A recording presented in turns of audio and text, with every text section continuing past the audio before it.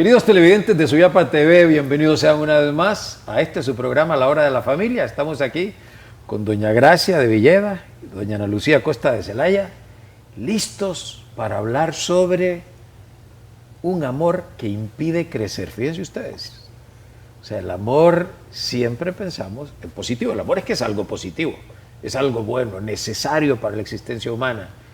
Pero a veces, en la vida familiar, en la educación de los hijos, puede darse ahí cierta confusión que termina siendo un amor que impide crecer. Vamos a ver, vamos a empezar con doña Gracia hoy, que además, vea Luchi, hace un tiempo que no la teníamos en el programa, se nos había perdido. Doña Gracia, ¿es posible que el amor a los hijos obstaculice el propio desarrollo de los hijos? Claro que sí. Y le voy a decir algo quizá al principio divertido, y es que cuando uno ve la rapidez con que transcurre el tiempo y uno ve cómo cambian día a día los hijos, los nietos que se van haciendo grandes, uno suele tener la tentación de querer que se queden chiquitos. Y es como ese deseo, ¿verdad? Incluso, como decía en aquel programa divertido mexicano, que habían unas pastillas de chiquitolina para que no crecieran. Y yo creo que ese deseo, ¿verdad?, de mantener esa etapa maravillosa, inolvidable, irrepetible de la infancia, de esa niñez, la guardamos todos los padres de familia y nos hace ilusión, pero sin embargo, hay otra forma de dejar a los hijos enanos. Y aunque suene fea la expresión, es cuando no los dejamos crecer, cuando no los dejamos desarrollarse, cuando no dejamos que tomen vuelo, cuando de una u otra forma los papás, con un amor mal entendido... Eso le iba a decir, porque eso usualmente sí, se supone que es por amor. Uno quiere evitar que ellos desarrollen sus habilidades, sus capacidades, sus destrezas, que también vayan enfrentando las adversidades de la vida. Y entonces nos convertimos en padres que queremos sustituirlos en el esfuerzo, padres que queremos simplificarles la vida, padres que de una u otra forma, queriendo hacer un bien, terminamos haciendo un mal. Porque el objetivo de la educación familiar es preparar los hijos para la vida, es darles las oportunidades, permitir el desarrollo de sus habilidades para que ellos por sí mismos sean autosuficientes. Que desde que aprendan a vestirse, desde que aprendan a comer solos, desde que aprendan a tomar pequeñas decisiones, aunque tengan reveses, aunque tengan que enfrentar malos momentos, pero eso es parte del proceso de crecer. Y cuando los padres evitamos eso, cuando los padres tratamos de que ellos no sufran, que seamos nosotros los que asumamos, ¿verdad?, la adversidad y la dureza de la vida, entonces les impedimos crecer y desarrollarse.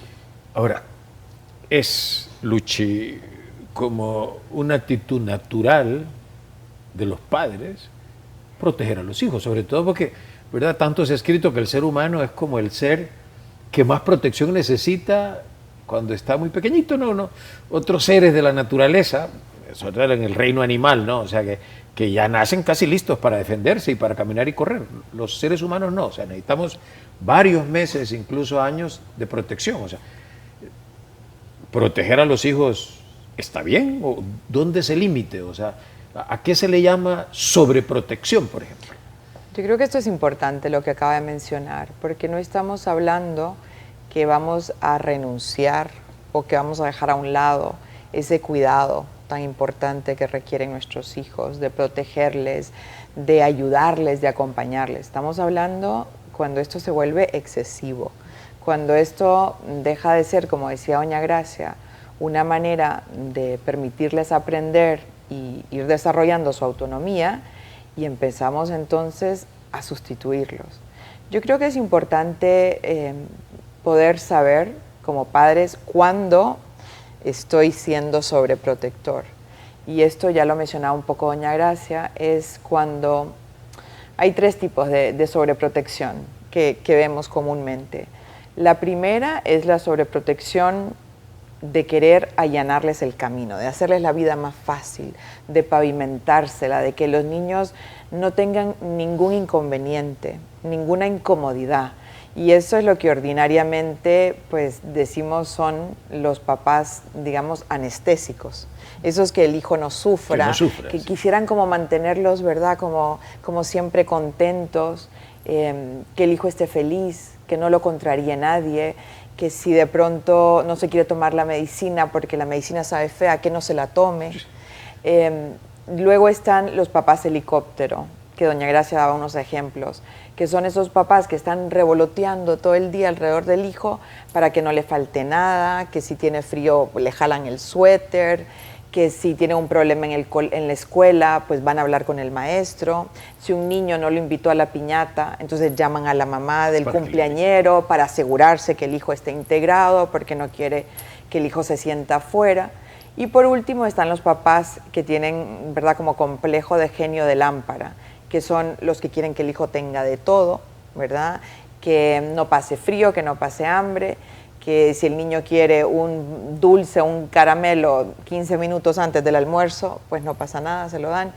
Entonces, creo que tenemos que explorar un poco el por qué actuamos de esta forma. Y ya lo decían ustedes dos, es un amor malentendido, porque a los hijos se les quiere mucho, pero hay que quererles bien, un amor inteligente, un amor que, como decíamos, le va a permitir desarrollarse, crecer, asumir responsabilidades, que como decía doña Gracia, eso es lo que queremos para los hijos, que ellos puedan eventualmente salir adelante solos, que no siempre estén preocupados buscándonos porque no pueden tomar decisiones o porque les preocupa cómo van a hacer las cosas. Entonces, poder definir esa línea, ese límite, esa frontera donde decimos, bueno, este hijo a esta edad ya es perfectamente capaz de hacer esto, o no pasa nada si no come de inmediato, o bueno, aprenderá de que no lo incluyan en el juego, porque la vida a veces nos margina. Es así. Y entonces tener esa madurez, esa sensatez de decir, hay que dejarlo, ¿no? Dejarlo, no le va a pasar nada, no va a sufrir enormemente y al contrario, va a ser una lección, un aprendizaje. Pero ¿dónde está? O sea, yo sigo pensando, y a ver, doña Gracia, y las dos han dado ejemplos buenísimos, pero los papás que nos están viendo, es decir, ¿no?, porque van reconociendo seguramente muchas conductas que todos hemos tenido en algún momento, es posible, ¿no? Unos más conscientes, otros más inconscientemente, pero ¿cómo saber dónde está la diferencia? Es decir, sí. Creo que la regla de oro es, si mi hijo puede hacerlo, que lo haga él.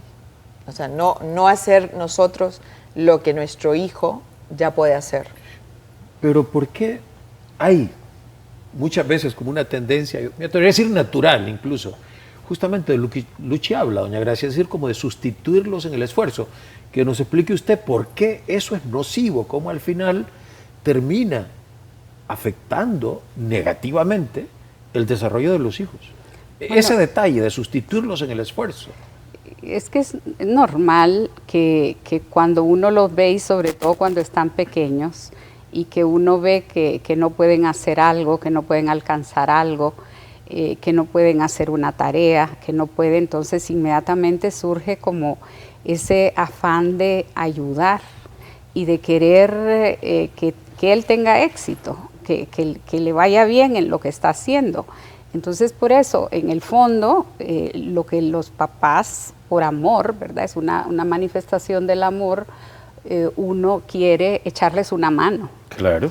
Y bien, ¿verdad? Pero luego, por ejemplo, en el caso particular de cuando los niños empiezan a tener esas primeras exigencias, que es cuando están en la escuela, y uno les trata de ayudar o les hace la tarea, luego nos damos cuenta de que se están engañando, porque pareciera que saben y en el fondo no saben, porque ya cuando les toca trabajar solos, no pueden desarrollar con la misma habilidad, con la misma calidad, un determinado trabajo.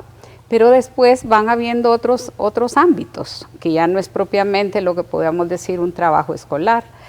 Cuando Luchi lo mencionaban, tienen alguna dificultad ya cuando participan en juegos, en actividades, en reuniones sociales.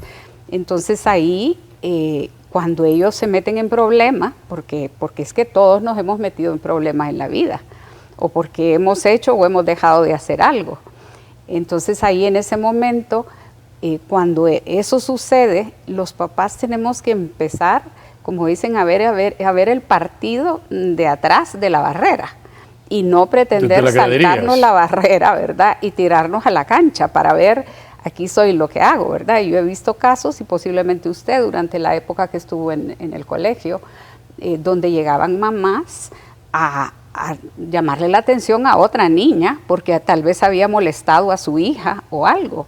Entonces yo creo que los papás tenemos que ir aprendiendo a saber estar presentes, porque no es que nos vamos a ausentar de la vida de ellos, pero a no sustituirlos en aquello, como decía Luchi, que ellos puedan hacer, o que ellos busquen esa solución. Estas ideas las vamos a dar en la segunda parte del programa, pero pasa, imagínese Luchi, o sea, no solo es cuando ya Gracia hizo referencia a unos años en que yo trabajé en educación, primaria y secundaria, como director de un colegio, pasaba alguna vez que se ausentaba un profesor y llamaba la mamá para excusarlo.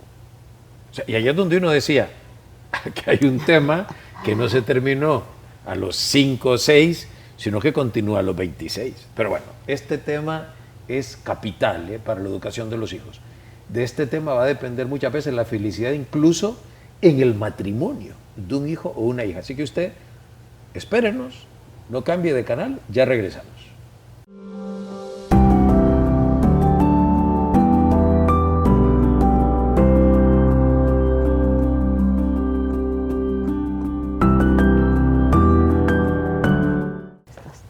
Continuamos aquí en La Hora de la Familia. Estamos hablando de un amor que impide crecer, de ese amor malentendido, como ha dicho doña Gracia, que lleva a la sobreprotección y que impide que la gente madure, luche. O sea, porque ese es el problema. A ver, cuando uno ve proyectado, yo muchas veces a la gente, en diferentes circunstancias, lo que le digo es, bien, usted haga eso, perfecto, y más adelante, ¿qué va a pasar?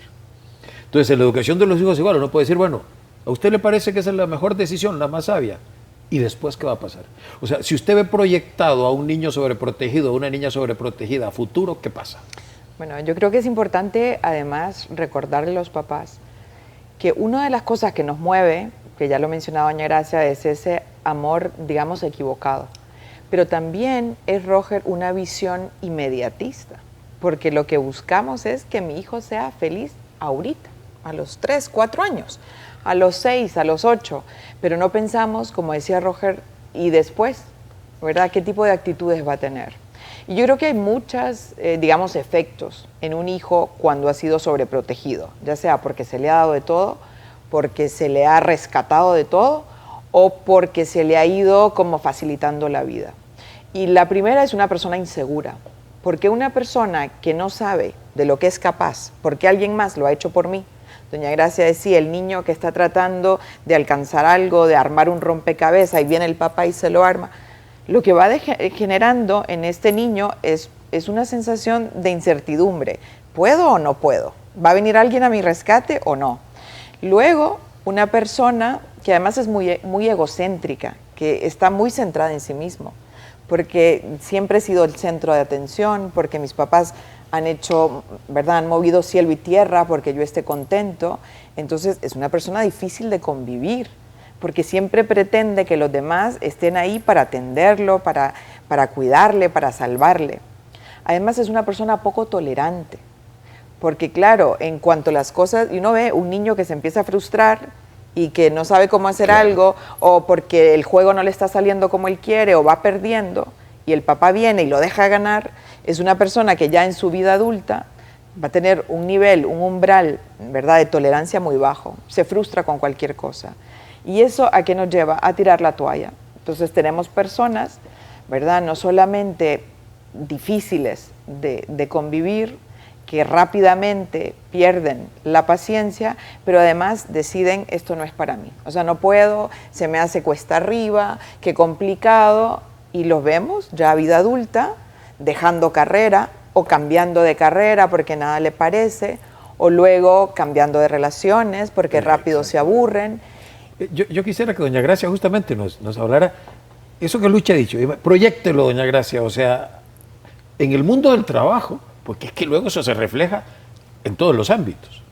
Se refleja en la vida social, se refleja en el mundo del trabajo y evidentemente en la relación de pareja, en el matrimonio.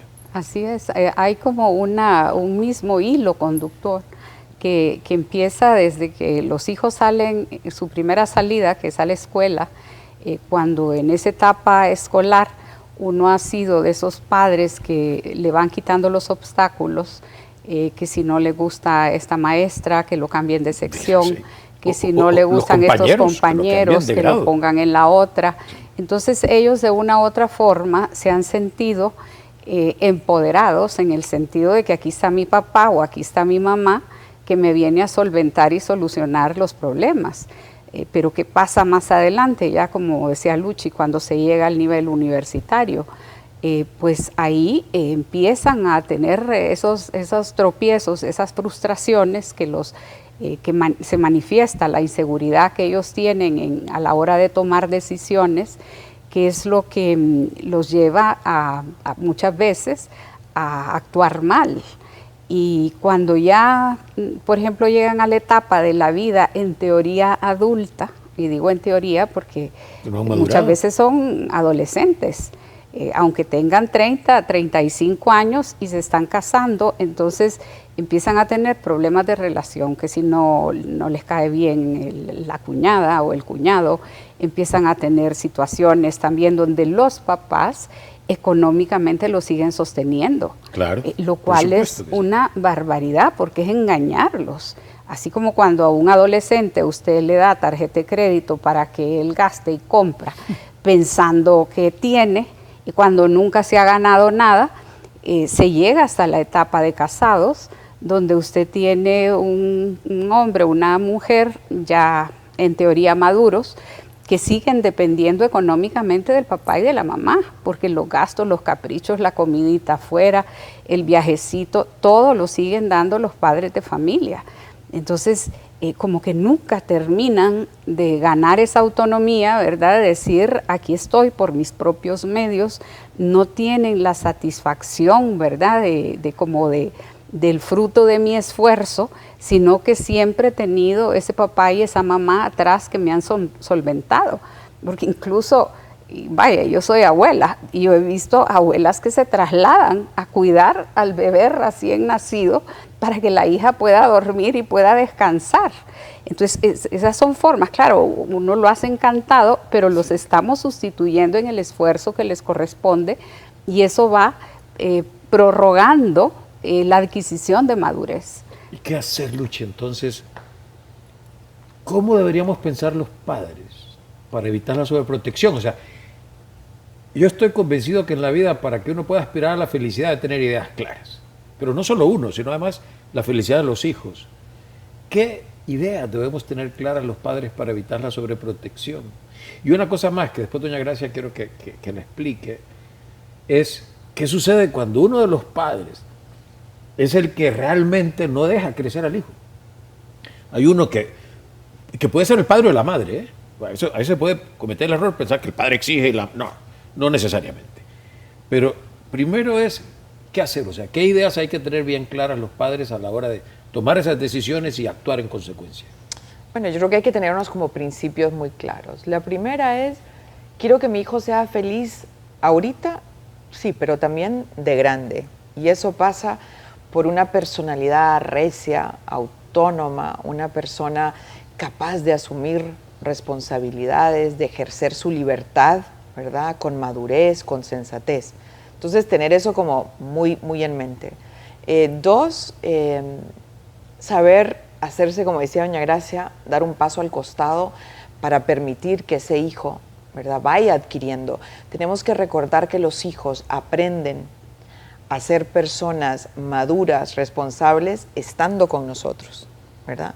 Entonces es un ejercicio diario en las pequeñas decisiones. Uno puede estimularlos para que empiecen a tomar decisiones. Y que corran las consecuencias. Por supuesto, claro. y que asuman esas consecuencias. Claro. Si el niño dice, no, es que hoy no voy a llevar lonchera porque es que no, y porque no me la empacaste como yo quería y no era esa, bueno, pues entonces dejarlo, y aunque nos duela, porque a veces nos cuesta, el corazón se nos encoge, cuesta, claro. porque sabemos que la va a pasar mal, o sabemos que va a sufrir, pero bueno, ese es parte de ese entrenamiento. Entonces, de mantener estas cosas como muy claras y poder tener esa mirada puesta al futuro de cómo quiero yo que sea mi hijo como adulto, cómo quiero yo que él viva, ¿no?, su vida profesional, pero también su vida familiar, conyugal sobre todo.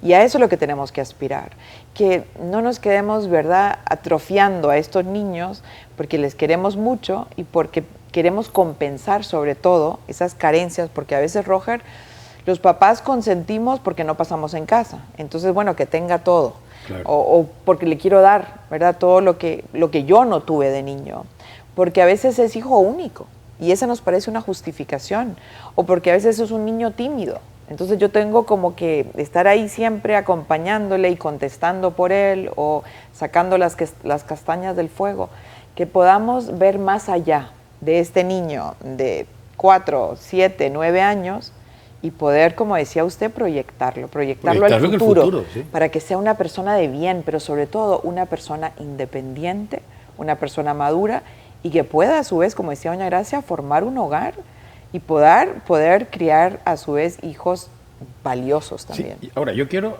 antes de dar la palabra a doña Gracia, hacer una acotación, y es que papás y mamás, y los que estamos aquí, somos papás también, es decir, no es fácil, es que no es fácil. O sea, yo estoy convencido que no hay una pasión más grande que el amor por los hijos. O sea, realmente los hijos se quieren con ganas.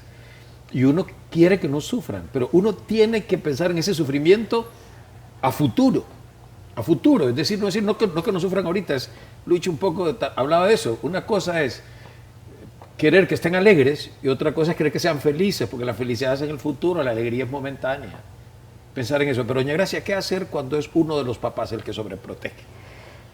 Bueno, y se da en la práctica. Yo he conocido casos donde es el papá, que muchas veces uno casi piensa que la madre es la que más sobreprotege, sí, claro, sí. Porque hay un instinto materno, porque uno también en el fondo se siente bien siendo mamá gallina, que tiene los pollitos ahí bien debajo de las alas. Y en cierta forma es como un querer, ¿verdad? Yo he visto mamás que incluso llegan a ser egoístas porque no te vayas, me vas a dejar sola. Incurren incluso en el chantaje afectivo para tenerlos ahí como muy alrededor de ella. Pero hay papás también y los papás lo hacen de otra forma, de otro estilo, pero es como solucionando los problemas o aportando económicamente para que se lo pasen bien, para que se diviertan, para que no les falte nada. O sea, los papás en cada una de las etapas tenemos que saber estar, ¿verdad? Si muchas veces hemos hablado de que les tenemos que marcar límites a los hijos, estar detrás de los límites y no enfrente de ellos. O sea, uno puede correr cuando un niño se cae y tiene un accidente y tiene algo. Más adelante en la vida, ¿verdad? Cuando pasa un incidente que tiene consecuencias, pues echamos la mano. Y cuando ya los hijos están grandes y están casados, los papás somos como un colchón, ¿verdad? Como un colchón para amortiguar esos golpes, pero no podemos caer en el error de querer, lo que Luchi dijo al inicio del programa, querer pavimentarles la vida, pretender que van a tener una vida fácil, porque nosotros un día nos vamos a ir.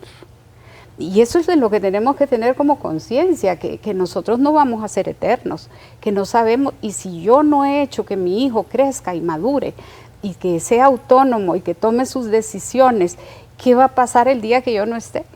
O sea, yo no puedo dejar como hijos minusválidos, como hijos, ¿verdad?, con limitantes, sino que quiero, y esa es la satisfacción, el verlos volar y saber que van a seguir volando y que se van a seguir esforzando, aunque yo no esté alrededor de ellos. Ese es un principio con el que quiero que cerremos el programa, es decir, yo tengo que pensar en que ese hijo sea capaz de buscar su propia felicidad cuando yo no esté.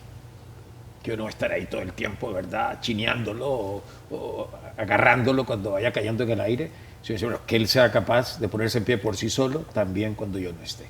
Y creo que ahí habremos de alguna manera ganado la batalla. Bueno, gracias por estar siempre con Suyapa TV y con la Hora de la Familia. Es todo por hoy. Nos vemos en otra ocasión.